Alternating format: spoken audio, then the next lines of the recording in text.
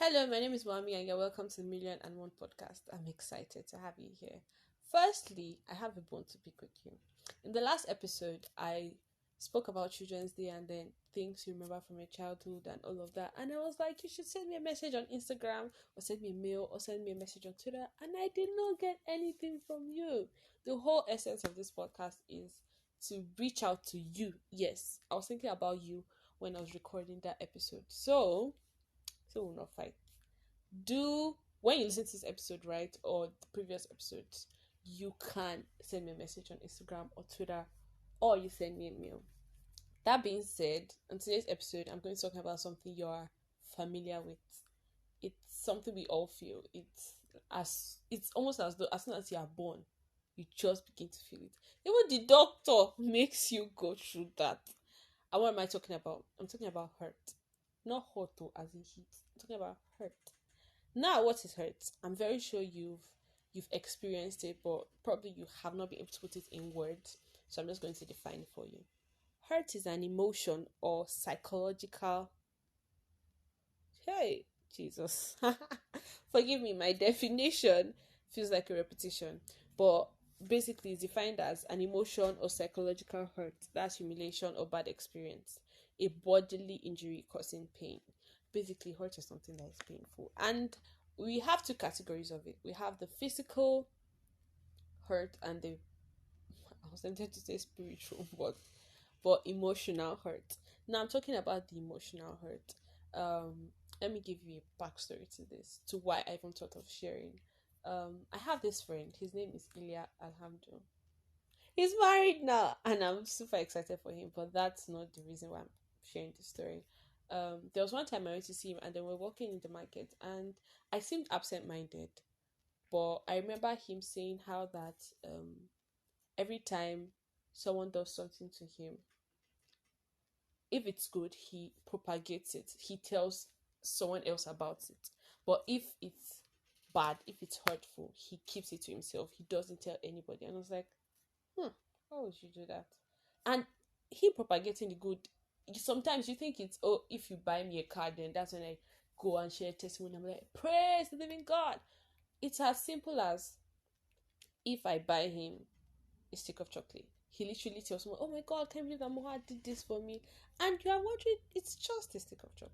It's a stick of chocolate, just a bar of chocolate. Why are you making such a fuss about it?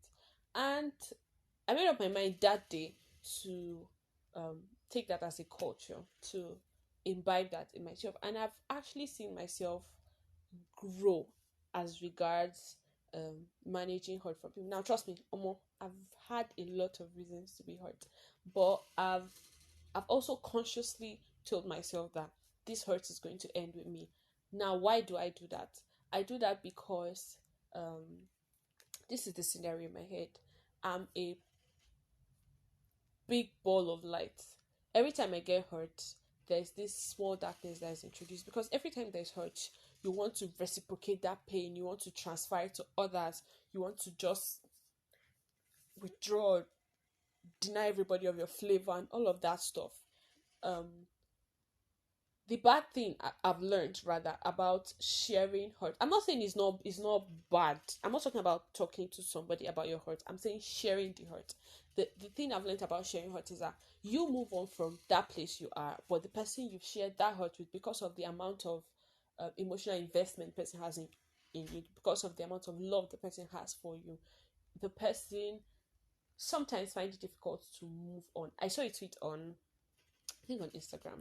Someone made a screenshot from Twitter, and the person was like, "If I tell my mom that you hurt me, trust me, she's never going to forgive you." And the amazing thing is that you might now eventually make up with that friend, and then you guys are moving on, but the third party is stuck because the person can't see you from from the lens from which the person saw you before that hurt. And yeah, I spoke earlier about sharing stuff with people. If you're going through a particular hurt and then you feel, I can't handle this alone, I can't box. I'm not saying you should box it up, box it in. I'm saying let it end with you. If it's something you can forgive and forbear, do that. I saw a video, I think 2 weeks ago, and then the speaker in that video was talking about forgiveness and forbearance, and he said that Forgiveness is, of course, forgiving someone, letting go of hurt, and all of that. And forbearance is creating room for that person to do that thing again. I'm not saying that the person is unrepentant, but I'm saying we're all on a journey to become better people, to become love beings. We are all journeying into love, and sometimes we get it wrong. So, the best thing to do is create that caveat for that person. So, say for example, I do not want this cup on this cabinet. I forgive you for doing it today, but worst case scenario, you do it again tomorrow. I would be patient enough to instruct you, trusting that you are also making conscious efforts to become a better person. So forgive and forbear. I know in this generation, people tell you once they've hurt you, just go and all of that, and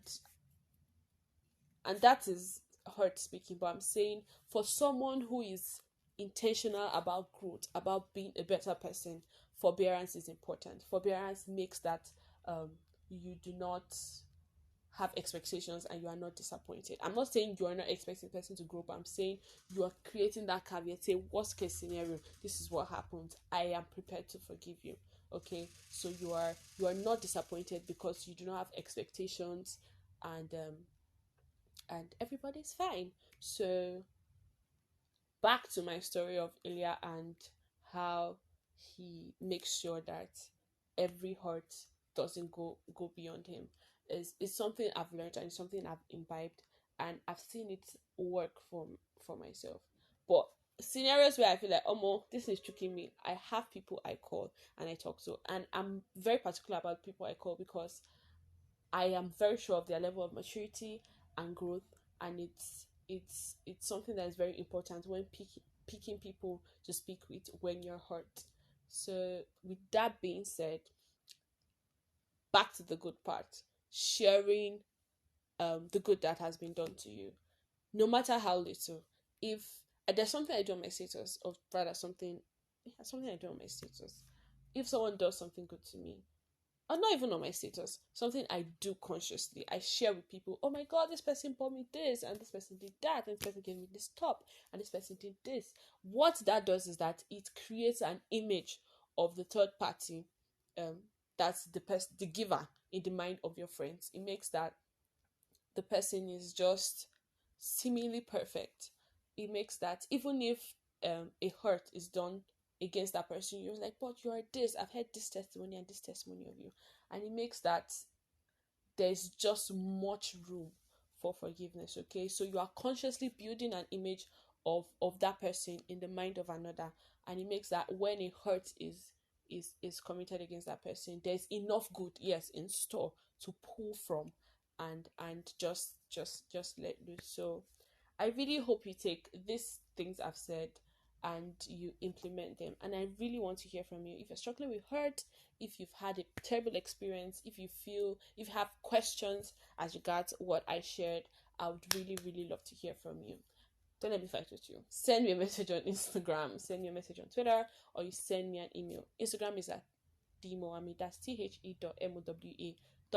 Twitter is at Mowa_MI, and email is mijiamoa@gmail.com. That's MIJINYAWAMOWA@gmail.com. Thank you so much for listening, and see you in the next episode. Bye.